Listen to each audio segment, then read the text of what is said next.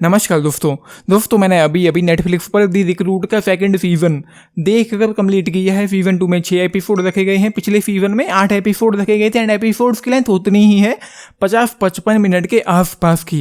And मैं आता हूँ सीधा प्लॉट पर, थोड़ा बहुत ही बताऊंगा, अपने शब्दों में बताने की कोशिश करता हूँ। यहाँ पर लिखा ऐसे हुए है कि प्राग में हुए हंगामे के बाद ओवेन को कुछ समय के लिए काम से हटा दिया जाता है, पर जल्द ही वह एक नई केस और दक्षिण कोरिया में जासूसों के एक नए अड्डे में फंस जाता है। चीज़ें यूँ होती हैं कि एक कोरियन एजेंट है जो CIA को ब्लैकमेल करता है क्योंकि उसकी बीवी रशिया में किडनैप हो जाती है एंड वो ये कहता है कि अगर मेरी बीवी को छुड़ाने में मेरी मदद नहीं की, इसलिए तुम्हारे पास 48 घंटे हैं जल्दी से एक प्लान सोचने और उसे घर वापस लाने के लिए। दिमाग खराब है, ये सही नहीं है। भाड़ में गया, सही गलत, इसलिए तुम मेरे लिए काम करोगे और मुझे धोखा देने के बारे में सोचना भी नहीं। ऐसा किया तो मैं CIA का सारा कच्चा चिट्टा खोल दूंगा।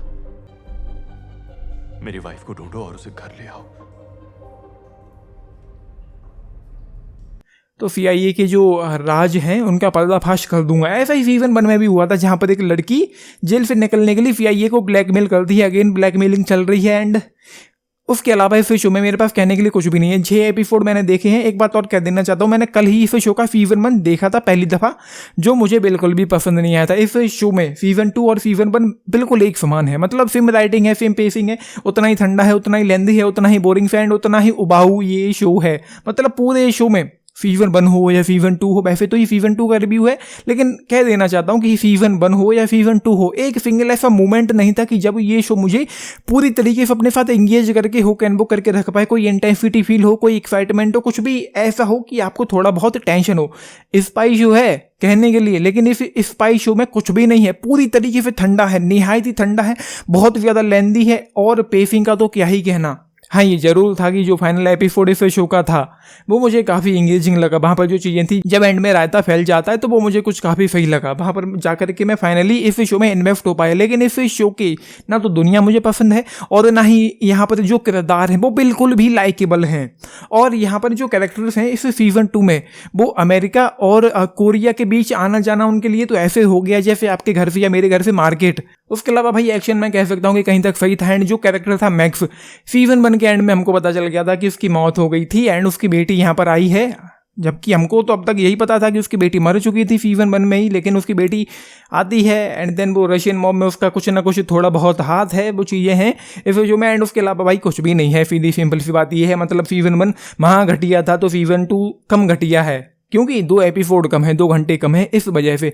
लेकिन फाइनल एपिसोड जाकर के मुझे थोड़ा बहुत सही लगा, लेकिन कुछ भी ऐसा नहीं है कि जो आपको उस तरीके से इंगेज कर पाए या आपको किसी भी लिहाज से इस शो को देखने में मजा आए। भाई ये स्पाई शो है। मैंने पिछले दिनों 23 जनवरी को द नाइट एजेंट का सेकंड सीजन देखा था। सीजन 1 मुझे उसका भी अच्छा नहीं लगा था, लेकिन सीजन 2 उस शो का काफ़ी हद तक बहुत अच्छा बन पड़ा था।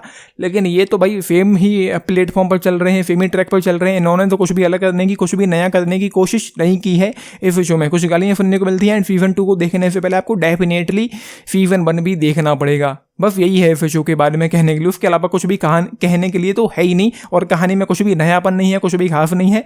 एंड उतना ही खराब इस शो का डायरेक्शन है। भाई डायरेक्टर शायद ये भूल गए होंगे कि वो एक स्पाई शो बना रहे हैं, ना कि एक ड्रामा शो जहाँ पर कोई किडनैप हो गया बस उसको छुड़ाना है। इसके अलावा भाई क्या ही बचता है इस शो में, कुछ भी तो नहीं था। लाइटिंग पेसिंग मुझे बहुत ज़्यादा खराब लगी है, पूरी तरीके से मैं डिसअपॉइंट हुआ हूँ। हाँ, ये ज़रूर है कि मैं पहले एपिसोड से ही इस शो को छोड़ देना चाहता था, लेकिन क्योंकि मैंने पूरा दिन देख करके सीजन 1 देखा था तो मैंने कहा कि चलो ठीक है, किसी तरीके से फाइनल एपिसोड तक पहुंचते हैं, क्योंकि 6 एपिसोड ही थे। तो जैसे तैसे मैंने अपना दिमाग खर्च करते हुए इस शो को देख लिया, लेकिन इसने मेरे दिमाग का दही कर दिया है। लिटरली मेरा दिमाग ख़राब हो गया है इस शो को देख करके। फाइनल एपिसोड जैसा कि मैंने कहा कहीं तक सही था, लेकिन कोई टेंशन नहीं है, कोई इंटेंस और थ्रिलिंग मोमेंट इस शो में नहीं है, जो कि बहुत ज़्यादा होने चाहिए थे। तो ये algorithm gift 1.5 star out of 5 इस शो के लिए, बस फाइनल एपिसोड को ध्यान में रखते हुए। उसके अलावा जैसा कि मैंने आप लोगों को कहा है, इस शो के इस दुनिया के जो किरदार हैं वो तक लाइकेबल नहीं है। किरदारों के साथ कुछ भी अच्छा बुरा होता है तो घंटा फर्क नहीं पड़ता आपके ऊपर, कम से कम मेरे ऊपर तो घंटा फर्क नहीं पड़ा था यहाँ पर।